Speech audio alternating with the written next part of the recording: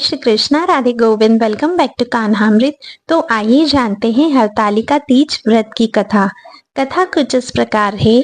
श्री परम पावन भूमि कैलाश पर्वत पर विशाल वट वृक्ष के नीचे भगवान शिव और माता पार्वती सभी गणों सहित बागंबर पर विराजमान थे। बलवान वीरभद्र, भृंगी, श्रृंगी और नंदी अपने अपने पैरों पर सदाशिव के दरबार की शोभा बढ़ा रहे थे।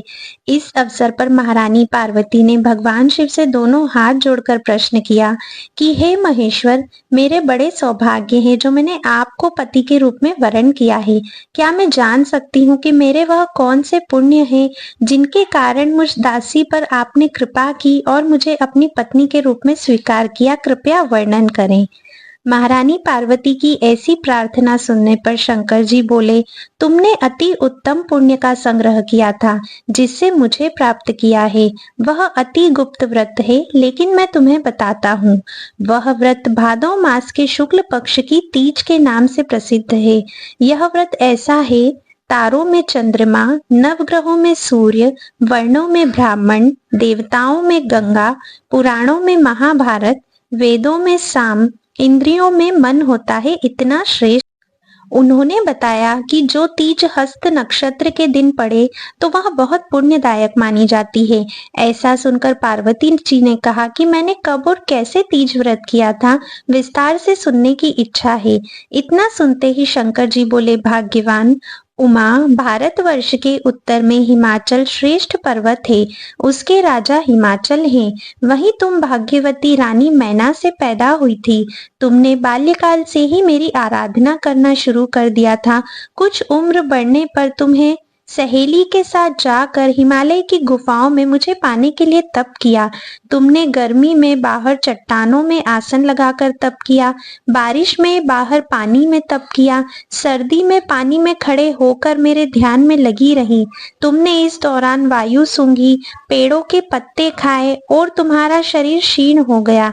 ऐसी हालत देखकर महाराज हिमाचल को बहुत चिंता हुई। वे तुम्हारे विवाह के लिए चिंता करने लगे। इसी मौके पर नारद देव आए। राजा ने उनका स्वागत किया और उनके आने का कारण पूछा। तब नारद जी ने कहा, राजन, मैं भगवान विष्णु की तरफ से आया हूँ।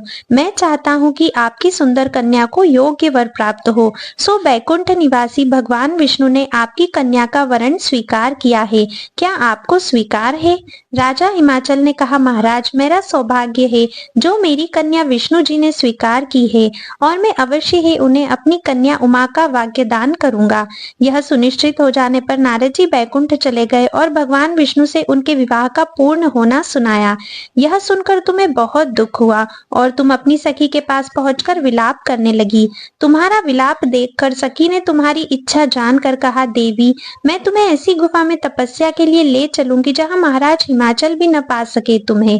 ऐसा कह उमा सहेली सहित हिमालय की गहन गुफाओं में विलीन हो गई। तब महाराज हिमाचल घबरा गए और पार्वती को ढूंढते हुए विलाप करने लगे कि मैंने विष्णु जी को जो वचन दिया है वो कैसे पूरा हो सकेगा। ऐसा कहकर वे बेहोश हो गए।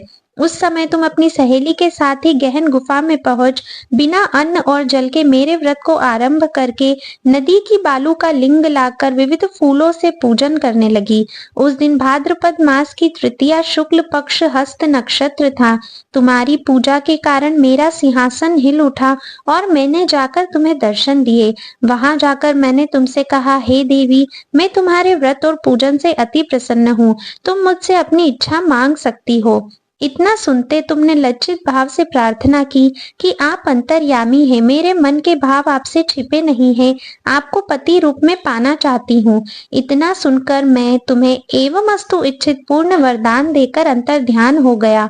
उसके बाद तुम बालूदेव मूर्ति विसर्जन करने नदी पर गई, जहाँ नदी तट पर तुम्हारे नगर निवासी हिमाचल के साथ तुम्हें मिल गए।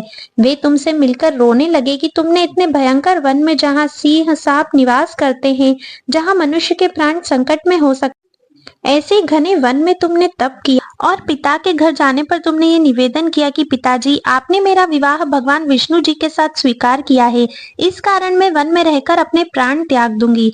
तब वे बोले, शोक मत करो, मैं तुम्हारा विवाह भगवान विष्णु के साथ कदापि नहीं करूंगा, उन्हीं सदा शिव के साथ करूंगा जिन्हें तुम प्राप्त करना चाहती हो। इसके बाद महाराज हिमाचल ने रानी मैना के साथ मेरा और तुम्हारा विवाह किया। तो ये थी हरतालिका तीज व्रत की कथा, जिसे व्रती को तीज वाले दिन अवश्य ही सुनना है। आई होप आपको कथा अच्छी लगी होगी। अगर पसंद आई है तो लाइक और शेयर जरूर करिएगा और कमेंट करके बताइएगा कि आपको कैसी लगी है। आज की वीडियो में बस इतना ही था। मिलते हैं नेक्स्ट वीडियो में, तब तक के लिए राधे राधे।